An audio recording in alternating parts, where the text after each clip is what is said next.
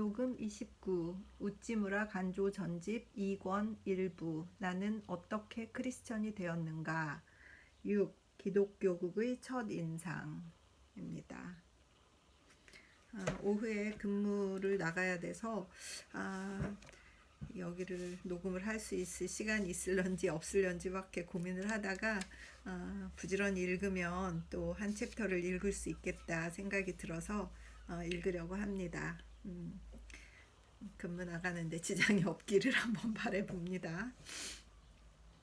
기도하겠습니다. 주님 은혜를 감사합니다. 인생의 진공 상태를 느낀 이 우찌무라 간조 선생이 자기의 신앙을 좀 더 확인하고 좀 더 넓은 곳으로, 색다른 곳으로, 아니면 또는 기독교의 어떤 본산이라고 할 수 있는 미국으로 가서 자기의 신앙을 또 하나님을 찾아보겠다고 결심하게 되는 과정들을 보았습니다. 이제 기독교국에 가서 어떤 일들이 벌어질지 또 생각하게 되는데 이 과정을 읽으면서 우리가 또 함께 여행을 떠난 마음으로 함께 외국에서 고생하는 마음으로 이 챕터를 읽을 수 있도록 인도하여 주시옵소서.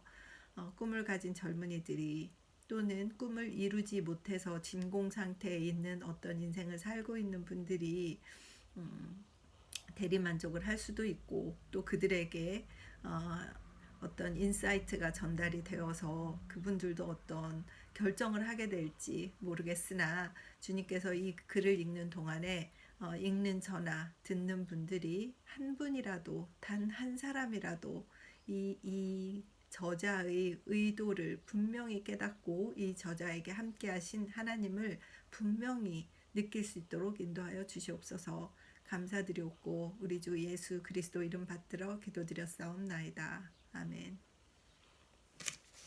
기독교국의 첫 인상. 내가 기독교국과 영어 국민을 특별히 존경하는 마음으로 바라본 것은 나로서 반드시 변명할 여지가 없는 약점은 아니었다. 프러시아의 프레데릭 대왕이 프랑스 것이라면 비굴하리만큼 숭배했다는 것도 이와 마찬가지 약점에서다. 나는 고귀한 것, 유익한 것, 발전적인 것을 다 영어라는 매개물을 통해서 배웠다. 성서를 영어로 읽었다. 반즈의 주해서도 영어로 되어 있었다. 존 하워드는 영국 사람이었다. 워싱턴과 다니엘 웹스터는 영국 사람의 자손이었다. 10센트의 값싼 소설책 같은 것은 만져본 일도 없고 속어에 이르러서는 속어라는 그 말조차 영어 국민 속에서 생활하면서도 훨씬 늦게야 알았다. 기독교국인 미국에 관한 나의 선입관은 고귀한, 신앙적인, 청교도적인 것이었다. 아이고, 다 그러지 않았을까요? 교회당이 솟아있는 언덕, 찬송가와 찬송 소리가 배어있는 바위를 나는 꿈꾸었다. 히브리어식 표현 방식은 일반 미국 사람들 사이에 널리 보급되어 있으며 그룹과 케르빔과 할렐루야와 아멘 같은 말은 거리의 일상어일 것이라고 생각하고 있었다.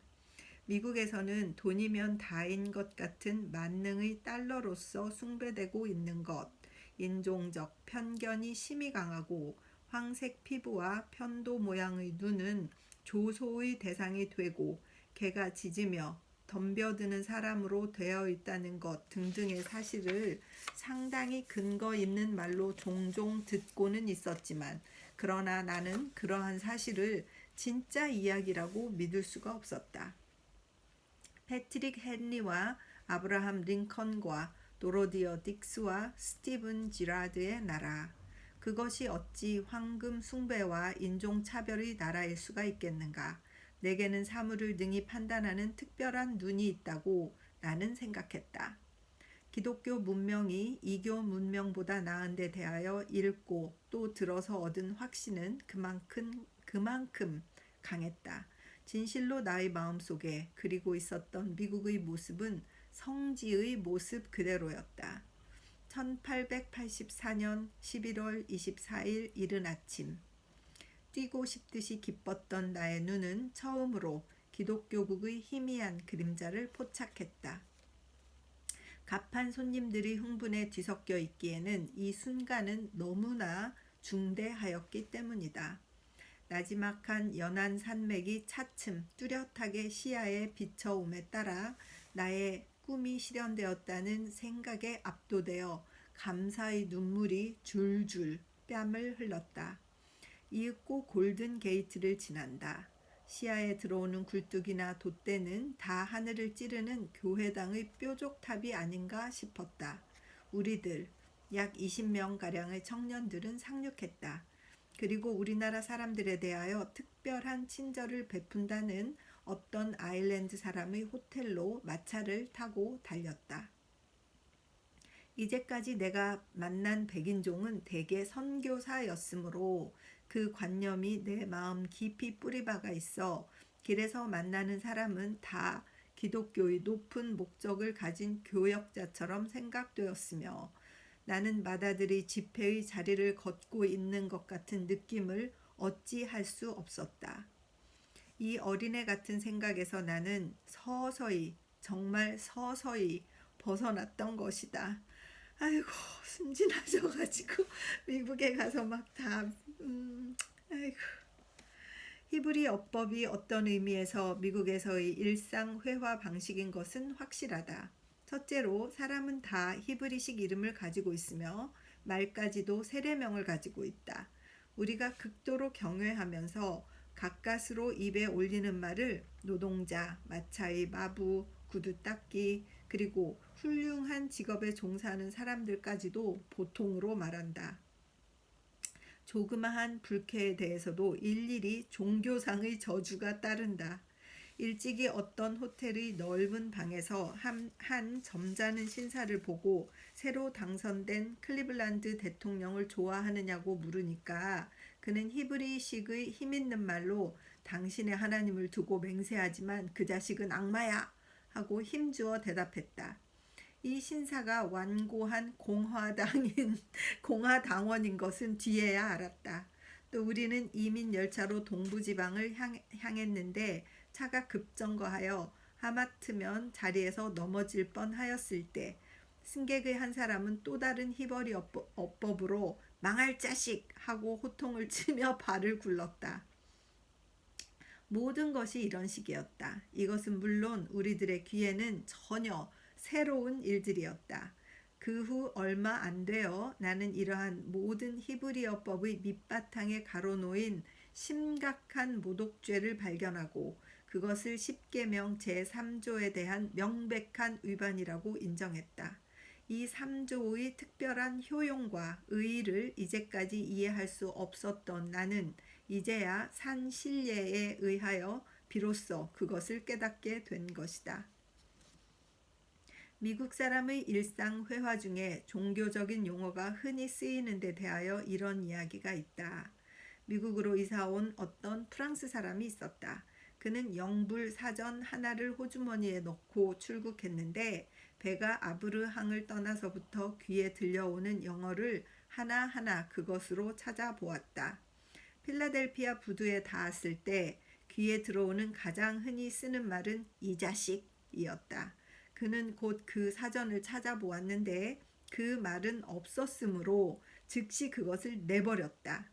이렇게 흔히 쓰이는 말도 실려 있지 않은 사전이라면 금후 미국 생활에서 필요 없다고 생각했기 때문이다. 아이고.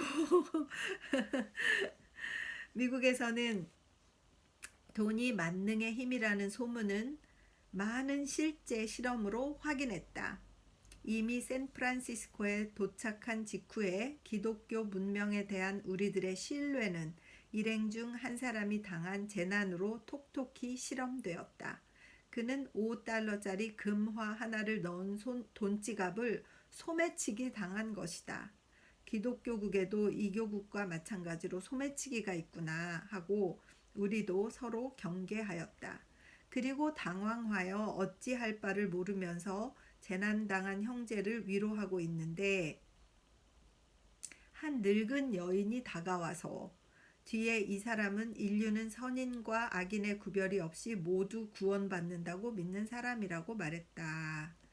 우리들의 불행을 몹시 마음 아파하며 앞으로의 위험을 경계하고 이내라에도 소매치기, 밤도둑, 거리의 강도 등 죄인들인 인류가 범하는 모든 범죄가 있다고 일러주었다. 그러나 우리는 귀중한 $5 금화를 빼앗아간 악한이 결국 하늘나라에 들어가지 못하고 영원한 지옥의 불 속에 던져지기만을 전심으로 바랄 뿐이었다. 그러나 황금 만능주의가 그 최고의 정신적 의미에서 우리들 눈앞에 나타난 것은 시카고에 도착한 때였다. 나흘 동안 이민 열차 속에서 흔들린 후에 정거장 식당에서 냉동된 닭고기 한 토막으로 기운을 회복하면서 우리 영혼에 새 힘을 주시는 하나님께 감사하고 있을 때였다. 검은 피부의 고수머리인 한눈에도 함 족속의 계통임을 알 수 있는 사동들이 우리를 둘러쌌다.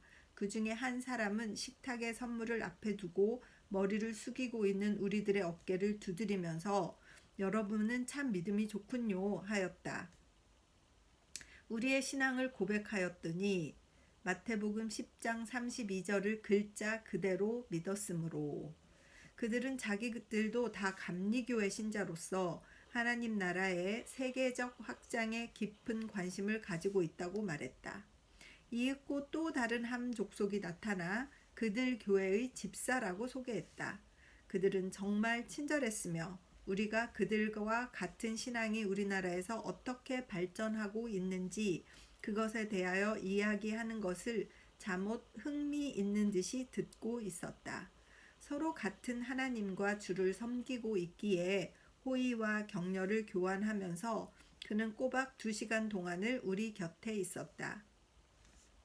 이윽고 발차 시간이 되었다. 그는 여행 가방을 모조리 어깨에 메고 개찰구까지 따라왔다.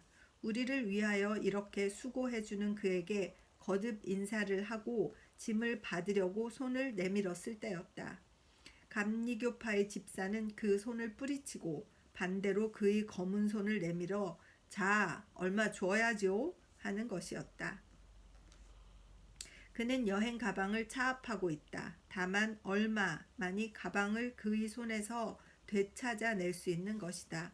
발차의 벨은 울리고 있다. 더 논의할 때가 아니다. 모두들 50센트짜리 은화 한 입씩을 그의 손에 쥐어주고 짐을 찾아 들고는 객차를 향하여 다름질 쳤다. 그리고 기차가 움직이기 시작하자 서로들 어이가 없어서 얼굴을 마주보며 이 나라에서는 친절까지도 물물 교환일세 하였다. 그 다음부터는 우리는 검둥이 집사의 친절한 말을 결코 신용하지 않기로 다짐했다. 그리고 1년 후에 나는 또 새로 장만한 비단 우산을 폴리버항의 연락선 안에서 도둑맞았다. 기선의 곱고 깨끗이 꾸며진 장식이며 절묘한 음악이 그 안에 못된 근성이 숨어 있을 것을 미처 생각하지 못하게 하여 나는 멍청히 또 이교도의 순진한 마음으로 돌아와 있었던 것이다. 이 불운으로 몹시 마음의 자극을 받은 나는 거처할 집도 없는 한 외국 사람에게서 비 막는 덮개를, 그것도 그가 궁핍의 밑바닥에 있을 때에 도둑질할 수 있는 이 악마를 저주하였다. 아이고. 그리고 난생 처음으로 그를 지옥에 떨어뜨려 달라고까지 기도했다. 4,000년 전의 중국 문명조차도 길에 떨어져 있는 물건을 자기 것으로 삼지 않는다는 사회 상태를 자랑할 수 있었지 않는가? 그런데 여기 기독교국의 물 위에 뜬 궁전 안의 핸델이며 멘델스존의 음악의 매력을 감상하는 자리에서 우리의 소지품은 도둑의 소굴에서와 같은 위험 속에 놓여 있었던 것이다.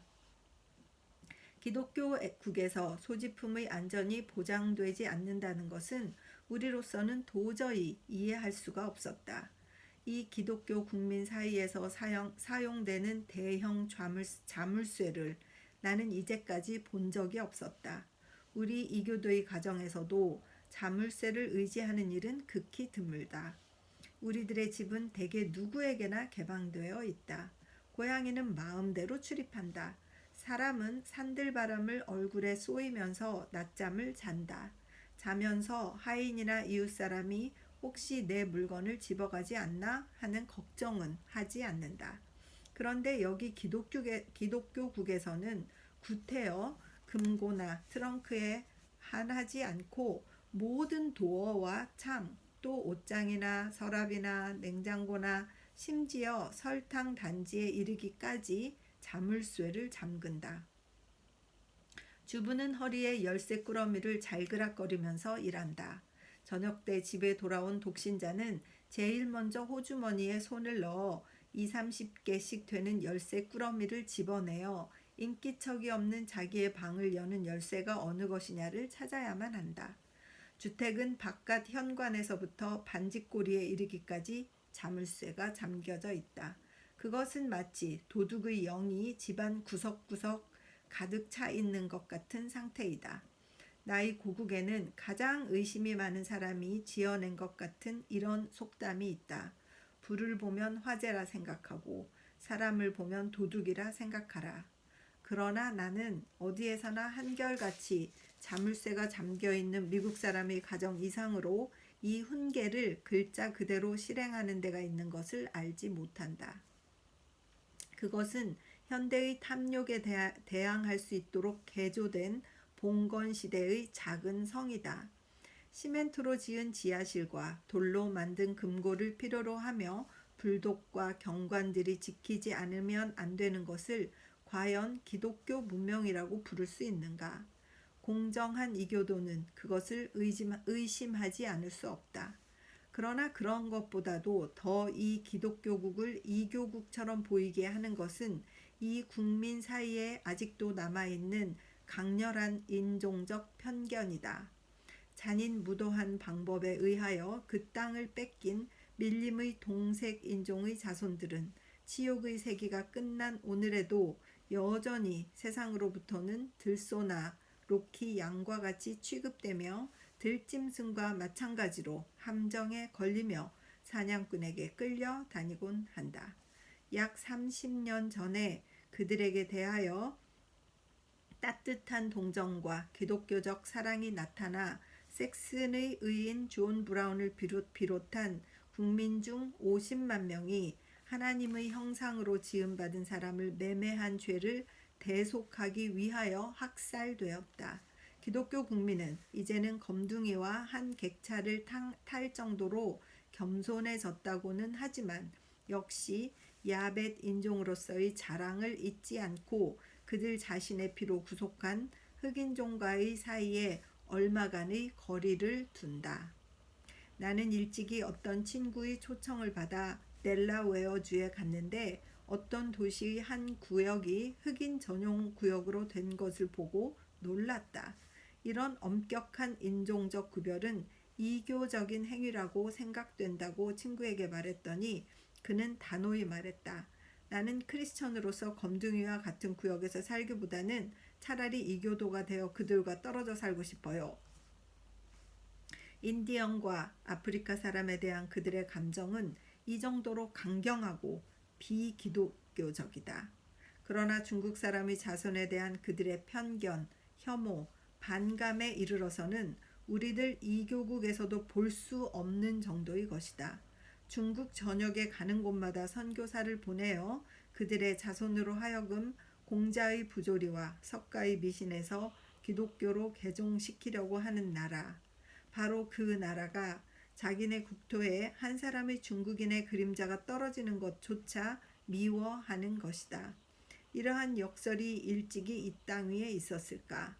그렇게까지 철저히 싫어하는 국민에 대하여 선교사를 보내는 외국 전도란 대체 어린애 장난인가?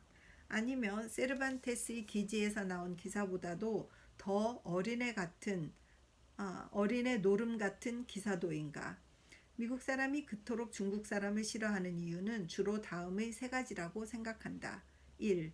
중국 사람은 저축한 돈을 몽땅 본국으로 가지고 가서 미국을 가난하게 한다. 곧 미국 사람에게 환영받기 위해서는 미국에서 얻은 것을 미국에서 죄다 써버리고 빈손으로 본국에 돌아가야 한다는 것이다. 근로와 저축을 늘 주장하는 국민에게서 이런 주장을 듣는다는 것은 정말 기묘한 일이다. 너희가 무엇이든지 남에게 대접을 받고자 하는 대로 너희도 남을 대접하라가 아닌가. 우리나라에 오는 미국이나 유럽의 상인, 학자, 기사들은 어떻게 하고 있는가? 그들은 그 소득을 다 우리 땅에 남기고 은행에서 찾을 계산을 제로로 하고 귀국하는가? 그들 한 사람 한 사람에게 우리는 한 달에 200, 300, 400, 500 혹은 800달러를 금화로 지불한다. 그들은 겨우 그 3분의 1을 우리나라에서 소비할 뿐이고 나머지는 모두 본국에서 안락과 행복을 누리기 위하여 가지고 가지 않는가? 거기에 또 우리는 감사의 표로서 그들에게 비단옷이나 청동 항아리를 선사하며 때로는 연금이 붙은 훈장까지를 첨부하여 그들을 돌려보낸다. 그들은 우리가 지불한 금액에 상당한 임무를 완수했다. 적어도 우리는 그렇게 생각한다. 우리는 그들에게 재산을 도둑맞았다고는 생각하지 않는다. 그런데 로키 산맥을 끊어 철도를 부설하고 캘리포니아의 포도원을 이루고 관계로를 만들어 놓은 중국 사람은 하늘 아래 어떤 법률에 의하여 그 소득을 몽땅 미국에 남기고 가라고 강요하는가? 그들은 까닭 없이 황금을 가져가는 것이 아니다. 그들의 재산은 무기도 없는 이교도에게 총뿌리를 대거나 젖을 먹이는 어머니 품에서 의지할 데 없는 갓난애를 떼어버리는 그러한 방법으로 얻은 자칭 크리스천의 재산과는 다르다. 중국 사람은 가져가는 금액에 상당한 사업을 뒤에 남긴다. 황금은 나라의 법칙에 의하여 이미 그들의 것이다. 그런데 이 정직한 근로의 아들들에 대하여 그 신성한 소유권을 박탈하려 하는 너는 대체 누군가? 가련한 이교도인 우리는 고용한 외국 사람을 명예와 예의로서 보내는 데 반하여 축복받은 크리스천인 그들은 조소하는 말과 함께 우리를 밖으로 차낸다. 아, 원수를 갚는 하나님이여, 대체 이런 일이 있어서 되겠습니까? 이 중국 사람은 자기 나라의 풍속 습관을 고집하기 때문에 기독교 사회에서는 봐줄 수가 없다. 확실히 따 느린 머리나 펄럭거리는 넓은 옷은 보스턴이나 뉴욕의 거리에서 보기 좋은 모양새는 아니다. 그러나 코르셋이나 홀쭉한 몸통이 과연 북경이나 한구의 거리에서 아름답게 보일까? 게다가 중국 사람은 불결하고 교활하다고 그들은 말한다. 나는 될 수 있으면 동양의 여러 항구를 방황하고 다니는 고귀한 코카서스 인종의 몇 개의 견본을 여러분에게 보여드리고 싶다. 더럽고 구리고 썩은 냄새가 코를 찌르는 그 모양은 10번이나 왕위를 뒤덮은 반역의 죄인과 같은 모습으로 샌프란시스코의 이민 검역국에 갇혀있는 가련한 중국 억배기 사람, 바로 그것이다. 또 전해지는 중국 사람의 부도덕에 관하여는 여러분에게 묻고 싶다. 중국 사람이 시 경찰국에 폭탄을 던졌다든가 백주의 미국 여인을 능욕했다거나 하는 예를 여러분은 오늘까지 들은 적이 있는가? 만일 사회 질서와 품위를 유지하는 것이 제군의 목적이라면 왜 독일 사람의 배척법과 이탈리아 사람의 배척법을 동시에 제정하지 않는가? 여러분은 고트 인종의 야만스러운 의욕에는 오로지 머리만 숙이고 아무 반항도 하지 않는 가련한 중국 사람은 도대체 무슨 죄가 있다고 그토록 박해하는가? 우리나라에 머무르고 있는 코카소스 사람의 부정이 중국 사람의 그것과 비교, 고려되는 일이야말로 바람직한 일이다. 이 무력한 중국 사람이 미국에서 받는 모욕적인 대우의 절반이라도 우리가 그들에게 가한다고 하면 우리에게는 즉시 대포를 실은 군함이 찾아와서 푸른 눈과 흰 살갗을 가졌다는 것 밖에는 인간으로서 아무런 가치가 없는 보잘것없는 불황배의 생명의 대상으로서 한 사람 앞에 5만 달러를 정의와 인도의 이름으로 강요할 것이다. 기독교국은 바울이나 게바가 전한 복음 이외에 또 하나의 다른 복음을 가지고 있는 것 같다. 그리고 그 복음은 많은 흉측스러운 가르침과 함께 이렇게 가르치는 것 같다. 힘은 정이다. 그리고 돈은 그 힘이다. 라고. 신랄하게 비판하셨네요. 진짜.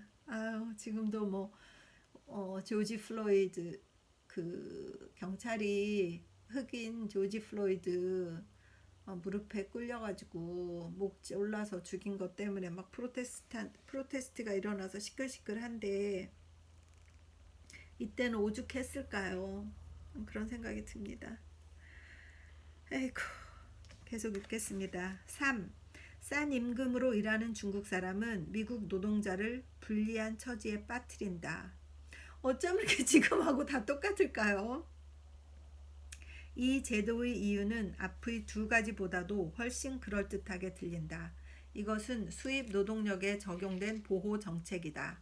중국 사람에게 흰밥을 한술 더 먹이기 위하여 어느 곳의 미국 사람의 일요일 식탁에서 닭고기 파이가 빠져서는 안 된다.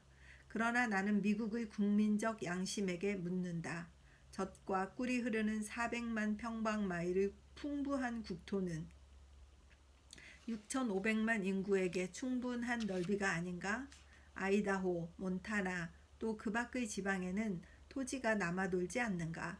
광동이나 복주의 많은 인구에게 그러한 지방을 개방하여 들소와 큰 곰 대신에 인류가 살기 위하여 거기를 개척할 기회를 그들에게 줄 아량은 없는가?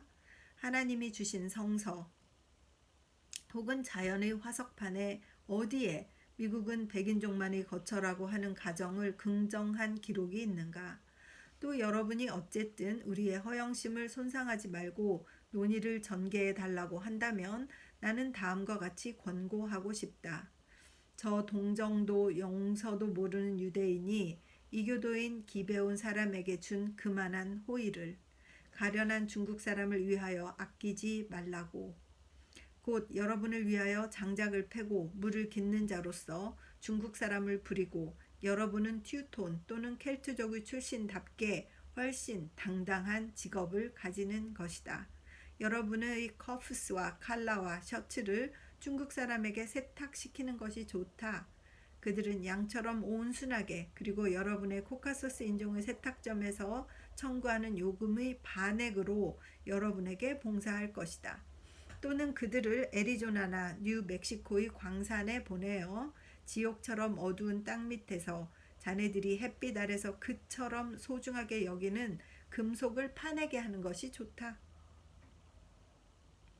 스트라이크는 여러분 중에서 누가 그 방법을 가르쳐주지 않는 한 이 가련한 이교도는 전혀 모른다. 이렇게 온순한, 이렇게 불평을 말하지 않는, 이렇게 부지런한, 그리고 이렇게 값싼 노동자 계급을 여러분은 세계의 어디에서 얻을 수 있겠는가? 그들은 그 독특한 업종에 돌리어 이용하라. 그렇게 하는 것이 다만 여러분의 기독교 신앙에 합당할 뿐 아니라 여러분의 돈지갑에도 유리하다는 것은 캐나다 국경에서 종종 발견되는 중국 사람 밀수입의 현실이 충분히 증명하고 있다.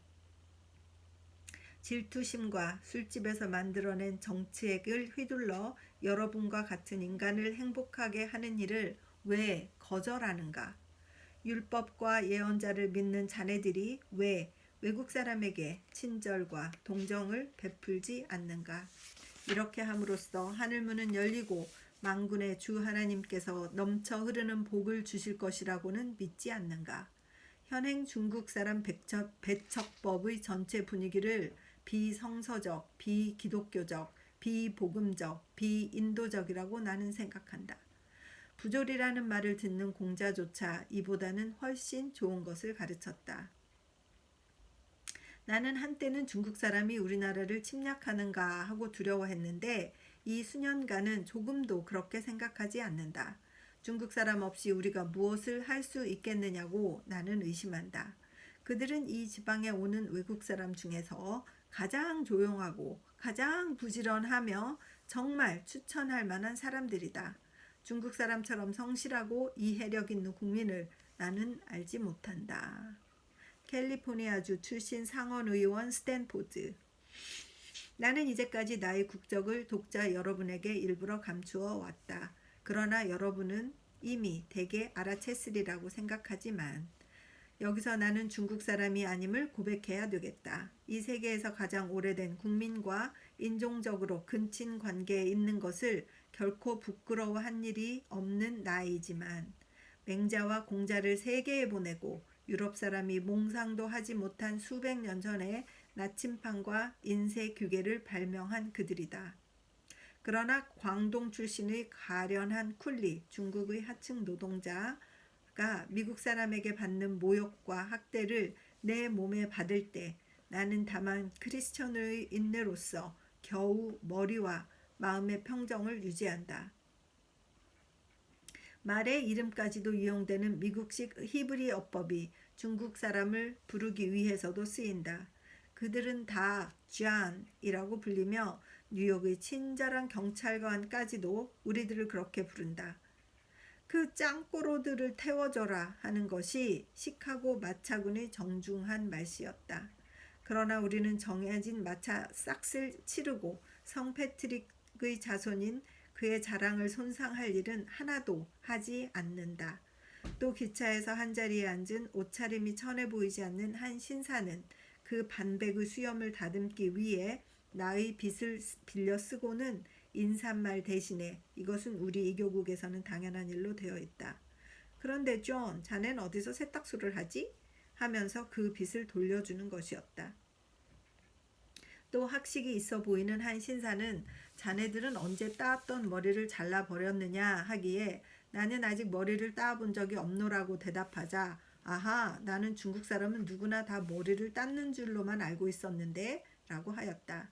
우리가 몽고 종족 출신인 것을 조롱하는데 비이상한 기쁨을 맛보는 것 같은 이들 신사가 동시에 그들 섹슨 종족의 후손이라는데 특별히 신경 과민인 것은 다음의 작은 사건에 잘 드러나 있다.